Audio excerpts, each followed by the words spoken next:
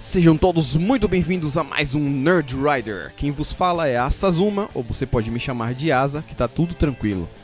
Vamos lá, tema de hoje, um mangá chamado Bakuman. Já ouviu falar?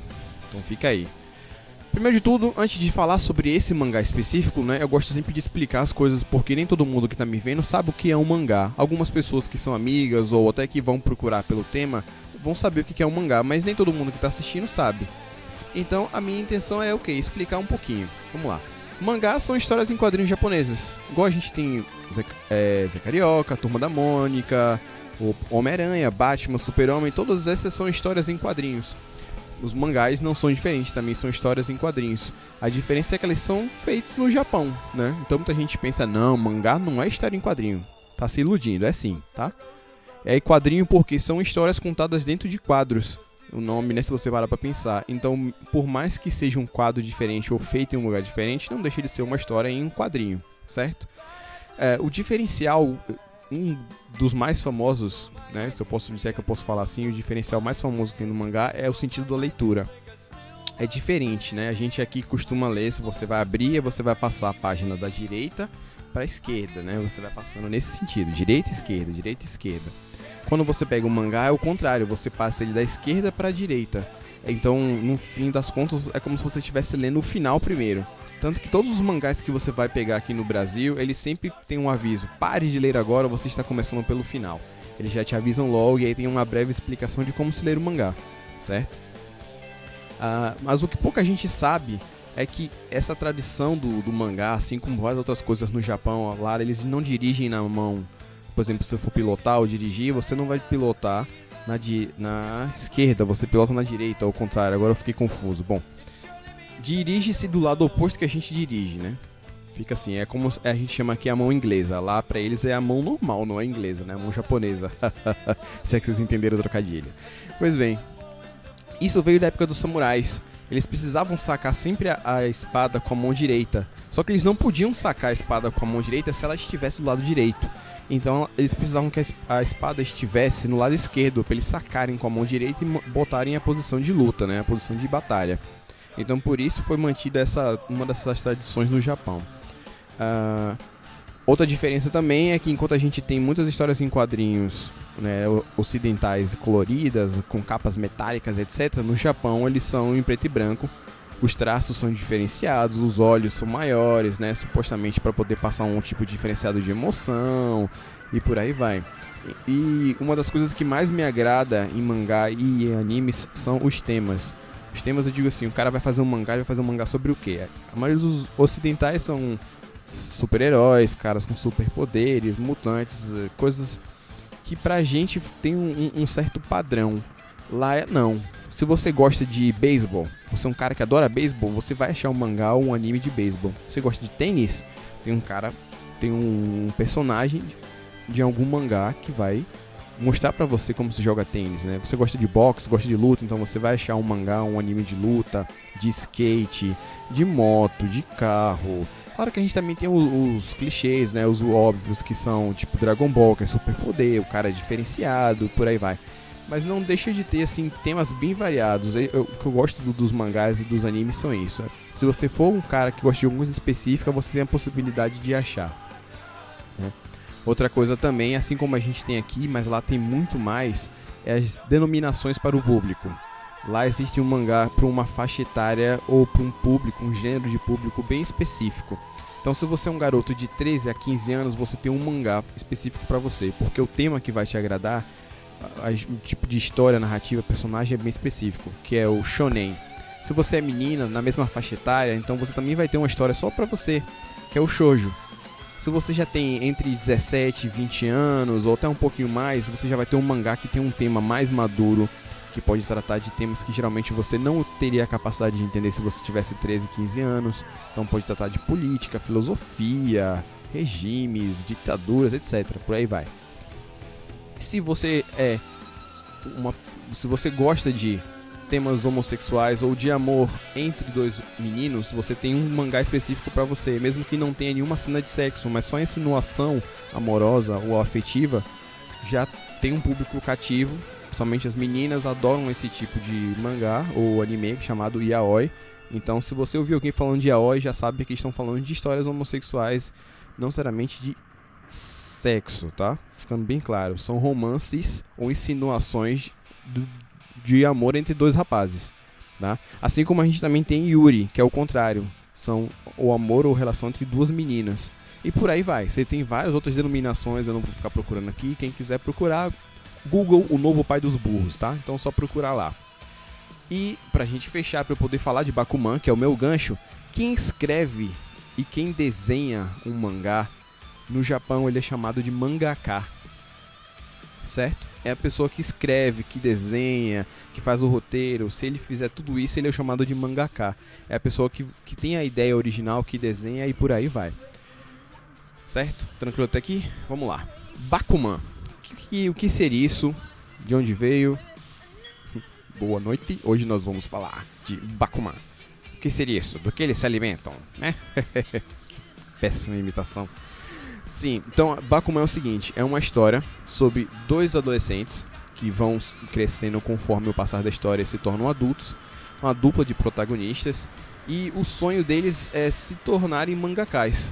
Na verdade, um dos dois sonha em se tornar um mangaka, e o outro sonha em ser um escritor famoso, em escrever uma história que assim as pessoas gostem, se identifiquem e queiram ler, ou etc. Então eles se conhecem no colégio. O escritor observa o desenhista e fala: poxa, que legal, você desenha bem, eu queria poder escrever histórias pra você, posso? Ah, mas eu não quero ser desenhista, não quero ser mangaka, isso não me agrada. Aí ele escreve uma história, se empolga, eles começam a criar uma amizade e por aí vai. Eles têm personalidades diferentes, visões de mundo diferentes, mas é isso também que os completa. Se você gosta da metáfora da laranja, né? Cada um é uma banda da laranja. Então eles se completam formando uma laranja inteira. Olha que legal. Certo? Então, um desenha, o outro escreve. Eles criam esse objetivo em comum de se tornarem famosos fazendo um mangá. O melhor mangá que já foi escrito. É o objetivo deles, tá? E aí, vou apresentar os personagens, né? Os personagens que eu acho interessantes. Existem outros personagens, mas eu não vou falar de todos. Eu vou falar dos principais e dos personagens que me cativaram de alguma forma. O Mashiro é o desenhista, ou que quer ser mangaka, né? Ele que tem a habilidade de desenho. É um garoto tímido, retraído, gosta de uma menina chamada Miho. E aí eles têm esse relacionamento platônico que se vai se desenvolvendo com o passar do tempo. Cria-se um novo objetivo em cima desse amor deles, né? Não vou falar muito para não dar spoiler para quem quiser ler. E temos o Tagaki, que é o escritor, que é a pessoa que faz o roteiro. Então ele que gosta de desenvolver as histórias, e a partir disso o Mashiro desenvolve os desenhos. Então eles combinando são uma pessoa, assim, eles criam esse alter ego de ser um mangaka só. E aí depois vai desenvolvendo a história novamente, não vou falar muito para não criar spoiler. Uma pessoa que ajuda e depois se torna uma pessoa participativa no desenvolvimento é a Kaya, que é o par romântico do Takagi, certo? É o par romântico deles. Então nós temos esses dois pares, cada um com o seu interesse, o seu desenvolvimento. Temos um personagem que para mim se destaca de uma maneira impressionante, que é o Eiji Nizuma. Ele é o que a gente pode considerar o rival. Isso é bem clichê em mangá. Você tem um personagem principal, alguma coisa do tipo, e aí você tem um rival ou um vilão, que é justamente a questão do antagonismo, né? Dualidade, aquela história toda que a gente já sabe. Então eles têm essa rivalidade ao mesmo tempo que eles têm também uma cumplicidade. No desenrolar da história aparecem situações onde só os dois, o Mashiro e o Tagaki, não conseguem resolver, então eles contam com a ajuda do Eiji Nizuma e por aí vai. E um dos personagens que eu mais gosto, que é o editor deles, que é o Sr. Hattori, né? Que é o cara que incentiva eles, que dá as dicas, que é honesto, que descobre os dois, né? Pra quem não sabe, no Japão, quando você resolve ser um mangaka, tem algumas editoras que publicam, você leva seu trabalho até lá. Um editor é designado para poder conversar com você, você mostra seu trabalho, ele lê e aí ele diz, a nossa editora tem interesse, não tem interesse, ou se tiver interesse, mas isso daqui tá ruim, vamos mudar. Então, vamos colocar isso aqui. vamos acrescentar esse detalhe, vamos mudar esse personagem, isso daqui não tem público, se você fizer dessa maneira você consegue, por aí vai. Até o ponto onde você envia o seu papel eu digo o seu trabalho, o seu mangá, e aí eles vão aprovar e começam a publicar semanalmente. É uma grande diferença aqui, que agora também passa a ter, por exemplo, se você ler a Marvel Now agora tem várias histórias de super-heróis diferentes, cada semana é uma história, cada um mês é uma história, e você vai lendo todas as histórias separadas. Então a mesma coisa acontece com os mangás. Então, dando um exemplo, o mangá de Dragon Ball, One Piece, Bleach, Naruto são lançados em uma mesma revista, cada um somente um capítulo. Então, tipo 15, 20 páginas por semana. Lá é semanal. E aí no final do mês eles lançam todos, não, no final de um mês ou depois de 2 meses, não lembro agora exatamente quando, eles lançam o Takobon, que é a edição fechada, né, contando, é um volume, eles lançam um volume fechado. Então é isso. Aí o Hattori é que desenvolve o talento deles, eles são talentosíssimos, e aí o Hattori é que desenvolve o talento do Tagaki como escritor e do Mashiro como desenhista. Eles têm uma frase que é a frase de efeito de que se tornar um mangaka famoso é como jogar na loteria, né? Um jogo de azar. Você sempre tem a possibilidade de se tornar ou não, a depender principalmente do redator, do editor que você tiver. Se ele te incentivar, se ele for sincero com você e honesto, você tem chance de se dar bem. Se o cara for um banana, você com certeza vai fracassar.